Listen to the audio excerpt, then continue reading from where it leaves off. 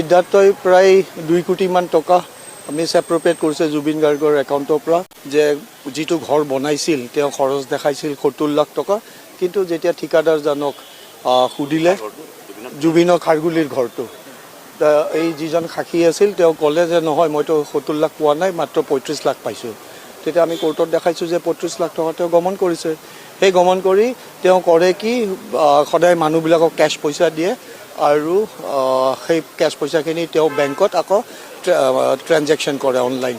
কৰি কেনে সেইখিনি বেকডোৰৰে আকৌ মহাবীৰ একুৱাত ফাইনেন্স কৰে তেনেকুৱা আমি কেইবাজনো সাক্ষী প্ৰায় 20টামান সাক্ষী সংগ্ৰহ কৰা হৈছিল এই ব্লেক মানিখিনি হোৱাইট কৰি কেনে মহাবীৰ একুৱালৈ ট্ৰান্সফাৰ কৰাটো তাতে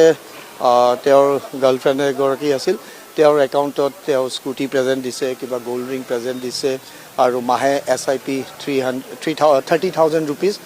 SIP মান্থলি সিদ্ধাৰ্থৰ ভায়েকে দীপকে শৰ্মাই পঠায়